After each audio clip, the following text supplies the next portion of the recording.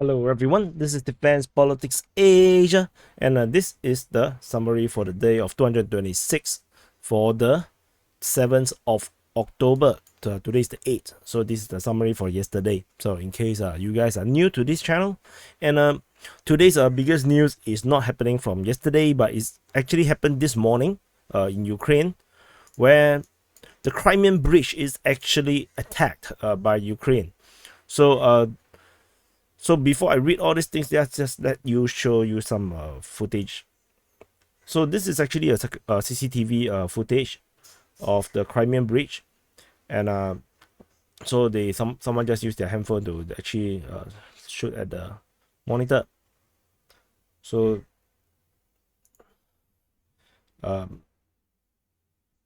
jump, and then you can see how big the explosion is.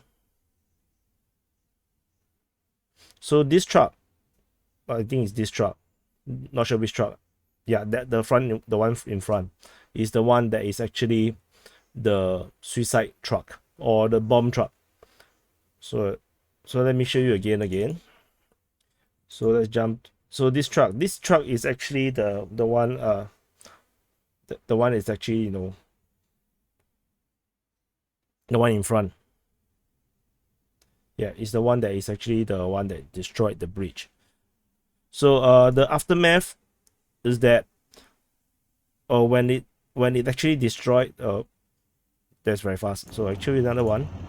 So when the truck actually self-destruct, it kind of blew up the entire road beneath it, and then the explosion is also kind of timed together with the train that is on the train track. So this train apparently is some kind of a fuel train that is carrying some fuel. So let me jump ahead. This video is a bit long. So he got off. So these are eyewitnesses. I believe these guys might be, belong to the authorities or something. So you can see the explosion, the burning train. So the thing that is burning is actually the fuel tanks on the train. Let me move forward a bit. You can see that the entire road has collapsed downwards. So according to the Russian authorities, they have opened a criminal case to investigate this, and also they are going to repair the bridge. So I go back to the previous footage. I just want to show you. So it's a bit fast, right? Let's try again. So you can see the fuel, the train. You can see the train, right? Train, and then you can see these are the fuel tanks. This train is actually carrying fuel, and yeah. So basically, that's the footages that I want to show you. Something new, right? And anyway, so according to the National Anti-Terrorist Committee, they say there's an explosion of a truck which leads to the ignition of 7 fuel tanks of the railway train.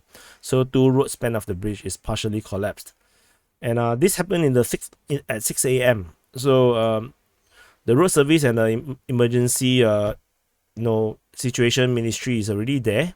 The traffic has temporarily suspended. In fact, all traffic across the Crimean Bridge is currently suspended, and according to the anti-terrorist committee, they can confirm that a truck has blown up on the Crimean Bridge. And so all these are all from the Russian side. Maybe it's not the Russian side, right? Maybe it's someone that is not happy with Russia. Maybe it's internal terrorists. Then came the weird statement of the day. The advisor, to Zelensky, Mikhailo Podolyak, tweeted this: Crimea, the bridge, the beginning, everything illegal must be destroyed, everything stolen must be returned to Ukraine, everything occupied by Russia must be expelled. So in a way, they have indirectly admitted that they are responsible for the attack of the Crimean Bridge. So this is going to get some kind of a response from Russia. And not just that, something weird is that all these footages came out really fast. All these footages that I show you came out really fast, and this is very unusual of Russia, because Russia tends to drag things out. So it might be a case that they deliberately, put this out so that they can get public support, for doing or announcing something bigger. So, of course, some of the Ukrainian crowd might just say that, the Russia just, destroy their own bridge. Yeah, maybe, right? Maybe. So anyway, let's go to the battlefronts. Going to the Mykolaiv Front, there is fighting reported at Ternovy Pody. So the Russian Ministry of Defense report indeed continued to report on attacks and defending operations, which is kind of cool. Finally, they are going back to reporting proper reports, which I can actually map on the map. But the funny thing is that both ministries on the Ukraine and the Russian side both say that they are being attacked. So the Ukrainian Defense Ministry say they repulsed enemy attack at Ternovy Pody. For the Russian side, they also say that the Ukrainians try to conduct offensive operation in the direction of Ternovy Pody. So don't know who is attacking, which is kind of weird because tentatively we have no idea who actually holds Ternovy Pody. To be sure, it's a kind of a overlapping claim at this moment. So let's see how this goes on the Mykolaiv Front. So that's all from the Mykolaiv Front. Over at the Kherson Front, the Ukrainians continue to launch the massive super duper uber Kherson offensive across the entire Kherson Front, where there's attack reporting south of Dichany. So this is reporting from Ryber.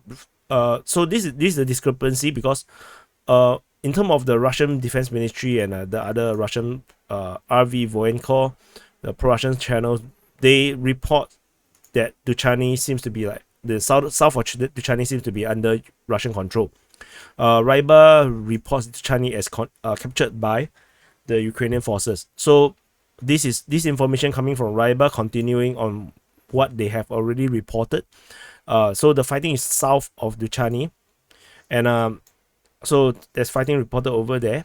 They say that it's a combined group of the 128 separate, don't know what's that, 60 separate, don't know what's that, and 10 units of the 17 detachment. So basically, it's just it's a combined force attacking, and they are supported by artillery crews at Petropolivka, which is actually here, and they also are supported by Bayraktar as reconnaissance. So and then there's fighting reported around the area of Petikati and Sukhanove region. That sounds very Thai, Sukhanove. And then there's a fighting reported at Petikati, and based on the way how the Russian Ministry of Defense report, I can kind of ascertain that Petikati is still under Russian control. So they say that during the fighting, there's a company tactical group of 60th Infantry Brigade of the Ukrainian Armed Forces doing this offense, and then suffered heavy losses. So take this with a pinch of salt. We can't be sure this is real or not. And there is fighting reported at Sadok Ishchenka.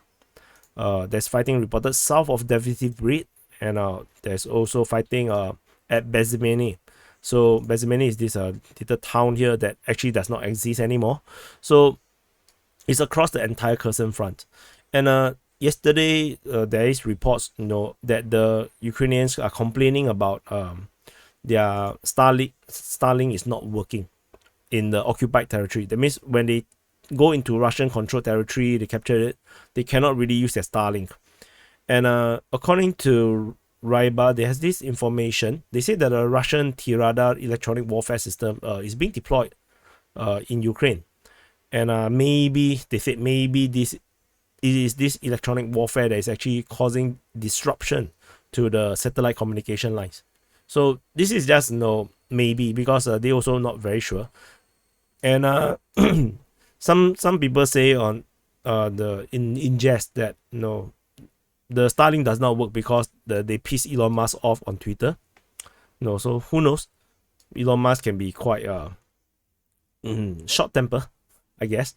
So anyway, moving on to Zaporizhzhia Line, we have no updates. The massive super duper uber Zaporizhzhia offensive has not launched just yet. the tension is very high at this moment at Zaporizhzhia. There is a video footage um, from a GoPro of a dead Ukrainian soldier, which is actually a foreign mercenary, and then it was kind of leaked online and it go viral. I haven't saw the full clip yet. I saw the screenshots, so it confirms that a good number of the forces around this region are actually mercenaries, foreign mercenaries, including American, German. So and then the pro-Russian source allegedly said that some of the forces are actually American special forces people. So not sure. All these are unverified. So moving on to the Donetsk Front. At the Donetsk Front, heavy fighting currently occurs around Donetsk. There is fighting reported at Mykolaiv, at Bojeda, at Marinka. So at Marinka, allegedly the Russians have a foothold, whatever that's supposed to mean, at Druzhby Avenue, and then they also the Russians also reportedly captured entrenched position around this region here. So I kind of marked it out and changed the front line to match this new reality. So the Donetsk offensive seems to be heating up, and there is fighting reported at Krasnohorivka, according to War Gonzo from Staromykhailivka region. There is also fighting at Nevelsky and at Pervomaisky. So, and there is also fighting reported at Kayamka. So all these reports are mixed. Most of them actually comes from the Ukrainian Defense Ministry. So from the Ukrainian Defense Ministry, not just to emphasize, Ukrainian Defense Ministry. So moving on to the Bakhmut Front. At the Bakhmut Front, there's fighting reported at Mayos as usual, and there's fighting reported at Ozaryanivka. Both reports are from the Ukrainian Defense Ministry. And Bakhmut, as you can see, Land Forces of Ukraine. Still fighting reported at Bakhmut, reported by Ukrainian Defense Ministry. And then we have something new. There's fighting reported at Krasna Hora, according to the Ukrainian Defense Ministry, which means that there is another progress on the front line for the Russian side, as they previously was fighting at Pithorone. There is no information about whether the Russians have captured this position, and then now the fighting is reported at Krasnohora. There's always this possibility that Pithorone might be captured, but we can't be sure because the Russians can also go through the fields and hit Krasnohora. So I cannot just indicate in this way because we need more confirmation. But if you're not wondering why they go this way, go and watch. I have created a strategic analysis. Go and go to the channel, this channel's video page. Go and find the strategic analysis for the Bakhmut Front. I will also put the link in the description below, and go and check it out. So don't waste my effort to do the video. Go and watch it. And then there's fighting reported at Bakhmutske. There is no fighting reported at Soledad though. And moving on to the Siversk Front, there is fighting reported at Visele, as well as fighting reported at Vimka. Otherwise, the northern part of Siversk is pretty quiet. That's all from the Siversk and the Bakhmut Front. And I just want to highlight that I found this information actually on from the 6th. I found it. I supposed to report this yesterday. I missed out. There's an estimation that the number of Ukrainian troops in the Bakhmut Front is between 30 to 40,000 troops. So I'm not sure if it includes the Siversk region, but they say in the Bakhmut region is that I just read the grouping of the armed forces of Ukraine in Bakhmut direction, according to various sources, from 30 to 40,000 people. So you can actually kind of estimate how strong the force is. 30-40,000. So they say it's Bakhmut direction. So I'm not sure if Siversk is actually part of this direction. Might not be. So in this blue blob here, 30-40,000 troops. So it's quite significant if you ask me. Moving on to the Liman Front, okay, or the Kreminna-Svatove Front. Let's just call it Svatove Kreminna for now. And there's nothing happening. The forces gathered at Toske didn't do anything yet. The fighting reported east of Makivka, or south of Ploshkanka was not reported as well. There's only fighting reported at Andrivka. This is reported by the Ukrainian Defense Ministry. So this is also the first time I saw fighting reported in this area by the Ukrainian Defense Ministry. They reported that this is actually an enemy attack. So which means that there's a possibility that Ukraine has already captured Andrivka. However, this is just a claim. We cannot confirm this information because there is totally no information about this. So yeah, so I just put it here as per like this, so we can keep track. So Andrivka is within the Luhansk border as well, so if that's significant at all. Moving on to the Kupyansk Front. At the Kupyansk Front, the Ukrainians seems to have given up fighting at Tverdanka and Vilshana for now. They continue their attack further back at Pershotravneve. They are reportedly fighting at Kaislivka, at Tabaivka, as well as Berestove. All this information is coming from the Russian Defense Ministry. So like I said, the Russian Defense Ministry's report has improved. They actually talk about how many forces is attacking, which direction, and then what happened, and then how many people got killed and things they got destroyed, which is more complete, more complete than the Ukrainian one. And I appreciate all this information because there's something to map. They used to do it a long time ago, earlier in the war. Although it's not complete, not all the fronts, not everything, but at least there's something. Then they decided to stop until they got complaint by the top MP within the Russian Federation, and then now they immediately improved the report, which is kind of nice. So anyway, this is the summary for the day of 226 for 7th October. I forgot to show you one footage, Actually, I want to show you this footage while I was talking about Kostromka.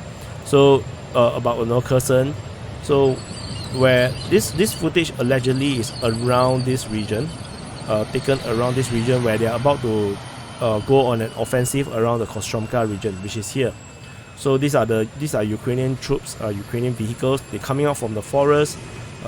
Might be one of these forested area here, or might be around here. So most probably it's not around here because southwest of the Mykolaiv Bridge is where one of the main fighting is, and then so they're just coming out of the forest where they hide their equipment, and then they are now going on an offensive. So there is a road along the forest. This area is deliberately very downgraded satellite image, but there is roads along the tree lines. So who knows, maybe that's it. Maybe it's around here as well. We cannot really tell because geolocation wise I'm not that skilled. So it's just something interesting, interesting video to show you guys that I wanted to show you while I was doing the report. I forgot about it. Yeah, because too many things is happening on this map here. So Slava Ukraine. How long is the footage? Yeah, the footage is pretty long. Then you got to talk, you got to show you more vehicles going past. Very cool. Yeah, and he's asking the tank to go, but the tank is a bit lazy. Then he's like, forget it. Okay. Yep. So that's all. Thank you for watching this summary. Hopefully you like these additions of footages. This is advised to me by a history legend, so you can thank him. But it does put in a little bit of extra effort to find all these footages and find those that will not get this video demonetized. So anyway, this is the summary for the day of 226 for 7th October, and I'll see you in the next update.